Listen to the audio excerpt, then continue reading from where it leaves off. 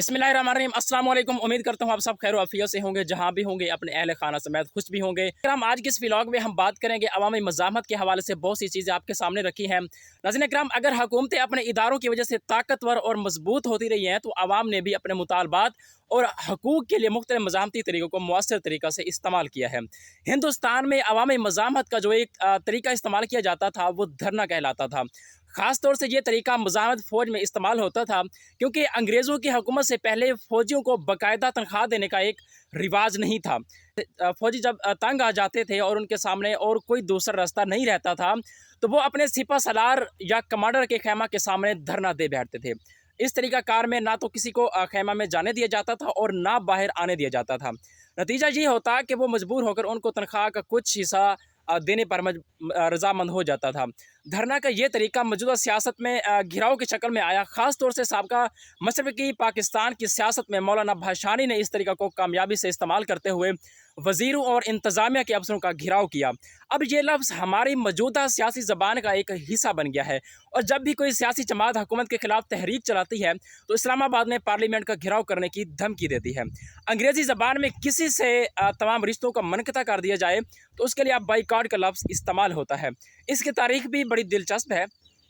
जब 19वीं सदी में आयरलैंड के किसान अंग्रेज़ ज़मींदारों के ख़िलाफ़ लड़ रहे थे तो ये ज़मींदार बागी किसान मज़ारों को जब चाहते थे अपने ज़मीनों से निकाल देते थे।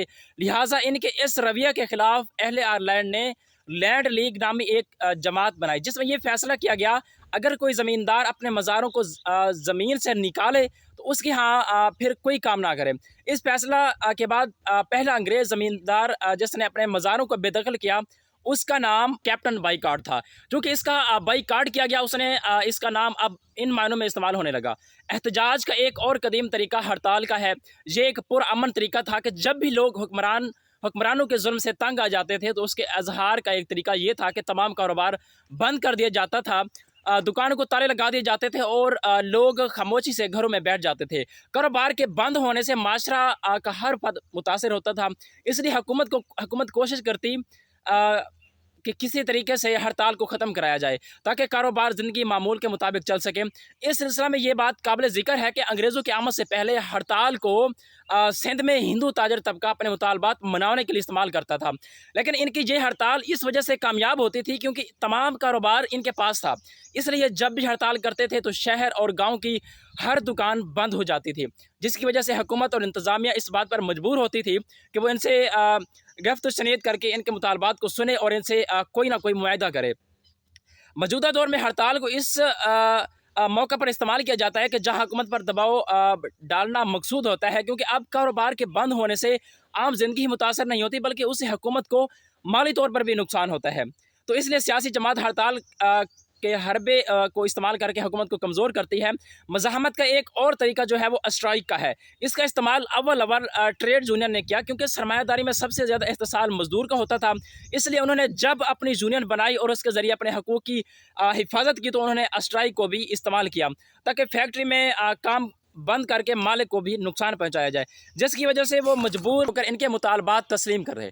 इब्तिदा में मजदूरों की स्ट्राइक को गैर कानूनी समझा गया और इसके खिलाफ सनतकारों और सरमायादारों ने सख्त रद्द-ए-अमल का इजहार किया, लेकिन जैसे जैसे ट्रेड यूनियन मजबूत होती चली गई इनके स्ट्राइक के हक़ को तस्लीम कर लिया गया। इस सिलसिला में मजदूर यूनियन ने कई तरीक़ों को इस्तेमाल किया। मसलन यूरोप के एक सियासी कारकुन और मुफक्किर सूरियल का कहना था कि अगर एक फैक्ट्री में स्ट्राइक हो तो दूसरी फैक्ट्री के मजदूरों को भी स्ट्राइक कर देना चाहिए, क्योंकि इस तरीके से सरमायादारी निज़ाम कमज़ोर होगा और मजदूरों की ताकत बढ़ेगी। इसने जनरल स्ट्राइक का तरीक़ाकार पैदा हुआ। इसे हमदर्दाना स्ट्राइक भी कहा जाता है। अब स्ट्राइक सिर्फ मजदूरों तक ही महदूद नहीं रही बल्कि दूसरे प्रोफेशनल ग्रुप्स जो हैं वो भी इस हरबा को इस्तेमाल करते हैं। तालिब इल्म इस हरबा को तालीमी इदारों में इस्तेमाल करते हैं। ख़ुसूसन 60 की दिहाई में अमरीका और यूरोप में तालिब इल्मों ने जो स्ट्राइकें की, इनकी वजह से वहाँ तालीमी इदारों में उनका असर और रसूख बढ़ा और उन्हें तालीमी निसाब को तब्दील कर दिया। फ्रांस में तो तालिब इल्मों की इस स्ट्राइक को दूसरा फ्रांसीसी इनकलाब कहा गया। लेकिन ये बात जहन में रखना ज़रूरी है कि हमारे जैसे मुल्क में मज़ाहमत के इन तरीक़ों को मनफी तौर पर भी इस्तेमाल किया जाता है اور چند جماعتیں تشدد کے ذریعے لوگوں کو ڈرا دھمکا کر ہڑتال بھی کرواتی ہیں، اسٹرائک بھی، تاکہ ان کی بنیاد پر وہ اپنے مقاصد حاصل کر سکیں۔ مزاحمت کے ان طریقوں کا مثبت استعمال اس وقت ہوتا ہے جب معاشرے میں سیاسی پختگی آتی ہے اور ان کا ذہن جمہوری ہوتا ہے، ورنہ یہ ذاتی مفادات کے لیے استعمال ہو کر اپنے اثر کو کھو دیتے ہیں۔ ناظرین کرام، اب تک اتنا ہی کافی۔ اپنا اور اپنے اس چینل کا خیال رکھیے گا۔ پاکستان زندہ باد۔